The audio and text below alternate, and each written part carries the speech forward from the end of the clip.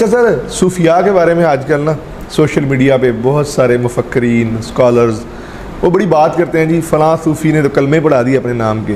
Even کہ جو حکیم الامت ہیں مولانا اشرف علی تھانوی رحمہ اللہ، ان کے بارے میں بھی یہ بات منسوب کی جاتی ہے. کیا سمجھتے ہیں صوفیاء یا یہ جو علماء کرام تھے یہ واقعتاً ایسے تھے یا ان کی کتابوں کو تحریف کی گئی ہے، تبدیل کیا گیا ہے، ایسی کوئی بات ہے؟ یہ صوفیاء ان کے بارے میں تھوڑا سا آپ کا موقف کیا ہے، تھوڑا سا بتائیں نا.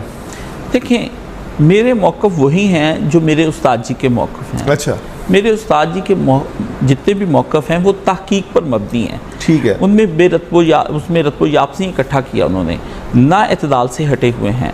دیکھیے، ہم اگر محبت میں دیکھیں تو صوفیاء سے بڑھ کر کوئی گروہ ایسا نہیں جو یاد الہی میں، ذکر اذکار میں، اپنے رب کی محبت میں غرق ہو. اس سے بڑھ کر کوئی ایسا گروہ نہیں. ٹھیک ہے. ایک بات تو یہ آپ کی نظر میں کرنے لگا ہوں. دوسرا یہ ہے کہ صوفیاء کی اپنی کچھ اصطلاحات ہیں، ان کو بن سمجھے سوچے اگر کوئی آدمی پڑھتا ہے اور اس کے بغیر ان پر احکامات لگاتا ہے، یہ بھی. تیسری بات آپ کی نظر میں کرنا چاہتا ہوں.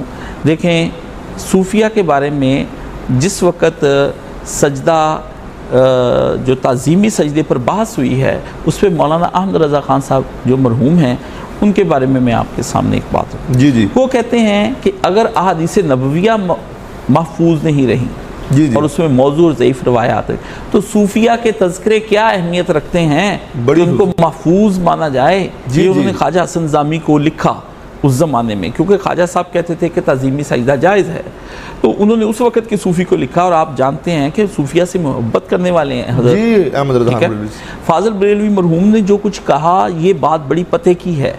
بات یہ ہے کہ صوفیاء کے ساتھ دو طرح کی چیزیں ہیں، ایک جن کے ثبوت ہیں اور کچھ الحاقی. اس پہ اس قدر بڑا کام ہوا ہے کہ باقاعدہ طور پر صوفیاء کو پڑھنے کے لیے حتیٰ کہ اشعار تک منسوب کیے گئے ہیں. اچھا. شاعروں کے اشعار ہیں، حافظ کے اشعار ہیں، مولانا روم کے اشعار ہیں، شاہ شمس تبریز کے اشعار ہیں، ان کی مثنویاں ہیں. یہ سب بہت سی چیزیں ان کے ساتھ منسوب ہیں. تو اس کو الحاقی کہا جاتا ہے ان کی ٹرمنالوجی میں، کہ یہ ملحق کیے گئے ہیں، جوڑے گئے ہیں، ان کے اپنے ذاتی نہیں ہیں. اچھا. بعد میں جو لوگ نہیں صوفی تھے یا جنہوں نے تصوف میں غلو کیا، انہوں نے ان کے نام سے پھیلا دیے ہیں. تو اول امر یہ ہے کہ اس کو خوب تحقیق کیا جائے کہ آیا یہ باتیں جتنی بھی کہی جاتی ہیں، یہ ساری کی ساری باتیں آیا انہوں نے فرمائی بھی ہیں یا نہیں. ایک بات تو یہ ہے. دوسری بات اس کے بارے میں یہ ہے، میں آپ سے کہنا چاہتا ہوں، حضرت تھانوی سے منسوب جو ان کا ایک ملفوظ ہے اور اس میں وہ جو کلمے کے بارے میں کہا جاتا ہے. اچھا. اس آدمی نے کہا کہ میں حالت نوم میں تھا اور میں بے اختیار میرے منہ سے نکلتا چلا جا رہا تھا، اور اس بات پر میں شدید پریشان ہوں کہ جو بے اختیار کام مجھ سے ہوا ہے، میرے اختیار سے نہیں ہوا، اس پہ آپ کیا فرماتے ہیں؟ تو یہ حضرت تھانوی نے اس آدمی کو کہا کہ جو اختیار میں نہیں کام ہوتا ہے، شریعت اسلامیہ اس سے اٹھ جاتی ہے، ٹھیک ہے، اس پہ وہ مرفوع القلم ہو جاتا ہے. اچھا. تو بات کو اگر تو آپ نے خراب کرنا ہے تو پھر تو آپ بات کے کئی معنی بنا لیتے ہیں. لیکن اگر آپ تعویل پر آئیں گے تو پھر آپ کسی بندے کی غلط بات کی بھی ایک صحیح تعویل کر کے گنجائش پیدا کر سکتے ہیں. باقی رہ گیا حضرت تھانوی.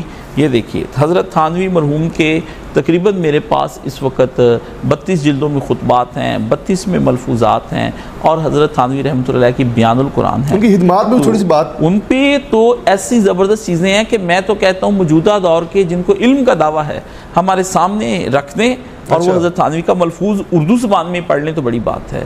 اس میں یہاں پر مولانا مرحوم کی یہاں پہ میرے پاس پڑھی ہے بیان القرآن، اس کے اوپر حضرت تھانوی کی تفسیر پہ جو انہوں نے نشان لگائے ہیں اور جس قدر انہوں نے غرق ہو کر وہ پڑھی کہ اس کے ایک ایک صفحے کو آپ دنگ رہ جائیں گے. جب میں نے ان کے بارے میں ایک بہت بڑے جید عالم مفتی زاہد صاحب جامعہ امدادیہ کہ ان کو یہ اوراق بھیجے ہیں کہ دیکھیں کیسے انہوں نے اس کا مطالعہ بہت گہرائی کے ساتھ کیا. بلکہ جب 2005 میں میں نے بہت ساری تفاسیر پڑھ لی تو آخر میں مجھے انہوں نے کہا کہ اب تم نے بیان القرآن پڑھ لی ہے؟ تو میں نے کہا نہیں پڑھی. تو انہوں نے کہا اس رمضان میں تم بیان القرآن پوری پڑھو گے.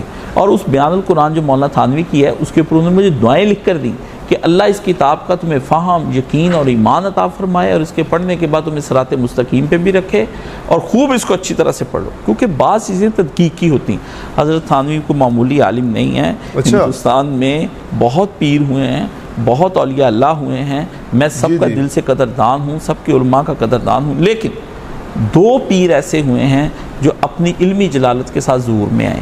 ایک حضرت پیر مہر علی شاہ مرحوم گولڑا شریف والے، اچھا، اور دوسرے پیر حضرت مولانا اشرف علی تھانوی رحمۃ اللہ علیہ۔ حضرت مرحوم تھانوی کے ہاں علمی تربیت کے ساتھ ساتھ تزکیہ بھی کیا جاتا تھا، اچھا، اور ان کا ایک پورا سسٹم تھا، وہ دیوبند کے سسٹم کے ساتھ ایک الگ سسٹم ہے، اچھا، بلا شبہ ایک دیوبندی عالم ہے، لیکن تربیتی حوالے سے وہ دیگر اکابر دیوبند سے بالکل الگ تھے، ممتاز اور بہت جید اور دور تک دیکھنے والے اور بڑے اچھے آدمی دین تھے۔ دیکھیے، آپ کو کسی کی تحقیقات سے بلا شبہ اختلاف ہو سکتا ہے، لیکن اس آدمی نے جو کام کیا ہے ہندوستان، پاکستان، بر صغیر، کل اسلام میں اسی کام کی ضرورت ہے، کیونکہ آپ نے افراد کی تربیت کی ہے۔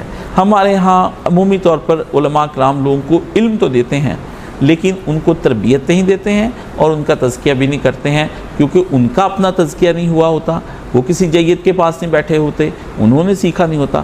مولانا اسحاق جید علماء کے پاس بھی بیٹھے ہیں، جید صوفیاء کے پاس بھی بیٹھے ہیں، اور ان کے بڑے تعلقات تھے اچھے جید علماء کے ساتھ اور صوفیاء کے ساتھ بھی۔ مولانا ایسے آدمی نہیں تھے کہ انہوں نے محدثین کے ساتھ وقت گزارا، فقہاء کے ساتھ گزارا، ہر فرقے کے بڑے جید عالم کے ساتھ وقت گزارا، اور محبین خدا کے ساتھ، اہل اللہ جنہیں ہم کہتے ہیں، جی جی، ان کے ساتھ وقت گزارا ہے، نہ کہ وہ اس طرح کسی کی شخصیت کو نہیں ہمیں کرنا چاہیے۔